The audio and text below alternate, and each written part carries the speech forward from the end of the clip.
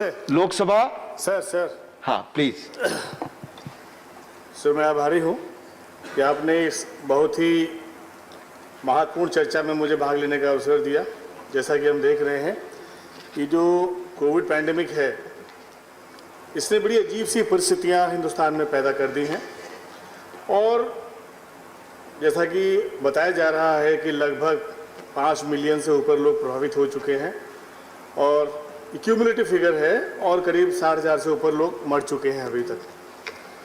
लेकिन एक अच्छा साइन है कि बहुत से लोग ठीक भी हुए हैं और जिनकी तादाद बहुत ज़्यादा है, ऑलमोस्ट 80 to 90% लोग घर में बैठ कर ठीक हो रहे हैं प्रिकॉशन लेकर के, उनको हॉस्पिटल जाना नहीं पड़ा। ज़्यादातर जो मौतें हुई हैं वो हॉस्पिटलाइज पेशेंट्स के साथ में हुई है और एज़ कम्पेयर टू जो घर में अपना जो होम क्वारंटाइन करते रहे उसमें मौतें बहुत कम। सर ये जो विलक्षण परिस्थिति बनी है, मुझे लगता है कि ये जो लॉकडाउन हुआ, जो इसकी अप्रत्याशित स्थिति थी और जो बाद के जो मैनेजमेंट की स्थिति थी सर, उसकी हमारे ज़्यादा दिक्कत पैदा हुई। सर जब बजट सेशन चल रहा था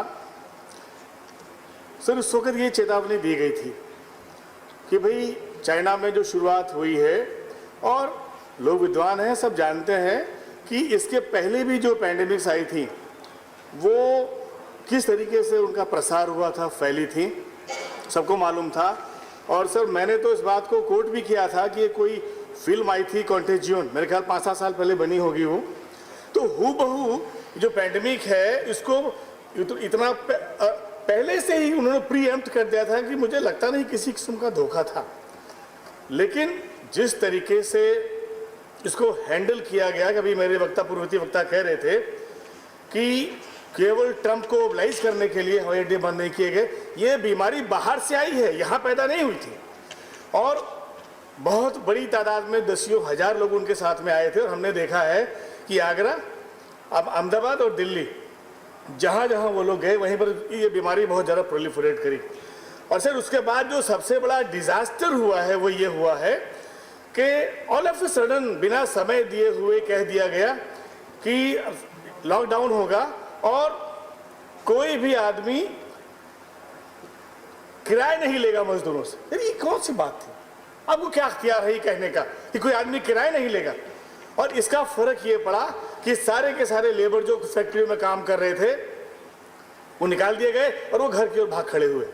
मुझे लगता है इस चीज पर तो ट्रायल होना चाहिए कि भाई क्या ये स्थिति थी कि जो बीमारी बाहर से आई थी, कुछ गिनती के लोग यहाँ पर आए थे और बहुत बड़ी तादाद में लाखों आदमी केवल इसलिए प्रभावित हुए कि कुछ लोगों को लाने के लिए हवाई जहाज भेजे जा रहे थे वंदे योजना में, और बाकी लोग कैसे पैदल निकले हैं, लाखों की तादाद में लोग।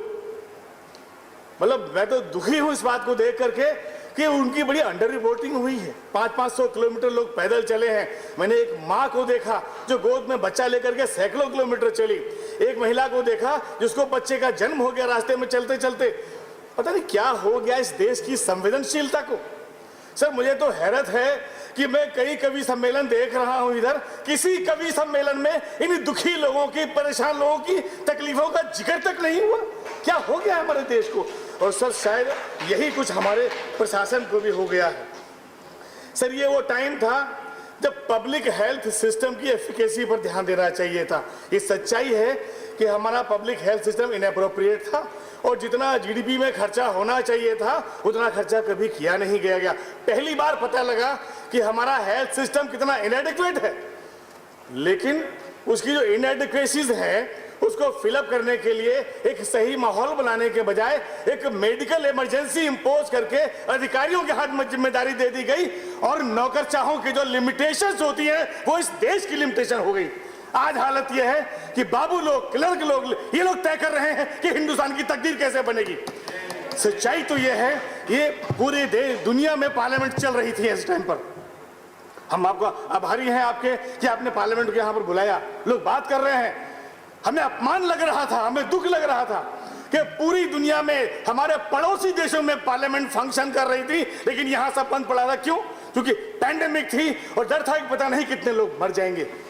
सर जिनको मरना था वो तो मर गए, लेकिन हमें यह भी देखना पड़ेगा कि बचे कितने लोग हैं और उनके साथ में हम क्या कर रहे हैं। सर कल भी जिक्र किया गया था आदरणीय रामगोपाल जी ने, और आज भी जिक्र किया है कई लोगों ने, कि जो एंजाइटी है, इकोनॉमिक सिस्टम कोलैप्स हो गया है, लोगों की आमदनी रुक गई है, लोगों के जरिए खत्म हो गए हैं, घर टूट रहे हैं, उनकी आर्थिक स्थिति खराब हो गई है। आदमी एंजाइटी में, अनसर्टेनिटी में जी रहा है। और यकीन मानिएगा, अभी मैं न्यूज देख रहा था कि खाली केरला में 160 नई उम्र के बच्चों ने आत्महत्याएं की हैं, उसके लिए कमीशन बैठाया गया है। कमोबेश यही स्थिति सभी प्रांतों में है। सर जितने लोग रोड एक्सीडेंट में मर जाते थे, उससे ज्यादा लोग आत्महत्या कर रहे हैं। ये सरकार सो क्यों रही है, ये अधिकारी सो क्यों रहे हैं? जिनके हाथ में जिम्मेदारियां हैं वो क्या दवा खा के सो गए हैं? उन्हें दिखाई नहीं पड़ रहा कुछ भी। आज हालत ये है। रवि प्रकाश वर्मा जी अब कंक्लूड करें। मैं कर दे रहा हूं। देखिए सर, जो जरूरी बातें थी वो कहना जरूरी था। इस पैंडेमिक के टाइम में भी डॉक्टर्स हड़ताल पर थे क्योंकि उनको सैलरी नहीं मिली थी। सर जो मर गए कोविड शहीद थे, सर उनको जो गवर्नमेंट का कॉम्पेंसेशन मिलना चाहिए था वो नहीं मिल पाया। सर जो कोविड सेंटर चल रहे थे, हालत ये थी कि वहां पर लोगों को लग रहा था कि उनको सजा मिली है, लोग पकड़ पकड़ के उसमें बंद किए जा रहे थे। मैंने आपसे बताया कि सरकारी कर्मचारियों की जो लिमिटेशन है, बाबुओं की जो लिमिटेशन है, वो इस कोविड की लिमिटेशन हो गई और शायद इसीलिए बहुत बड़ी कहानी बढ़ गई। कंक्लूड करें रवि जी। सर एक मिनट सर, एक लाइन खत्म करना चाहता हूं।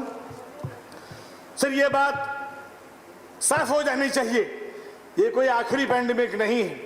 आज पूरी दुनिया में जो फार्मा कंपनियां हैं, उन्होंने बड़ी साजिश कर ली है, जब एक के बाद एक नई पैंडेमिक आएंगी और वो इससे कमाई करेंगे। सर क्या हमारे पास कोई अर्ली वार्निंग सिस्टम है?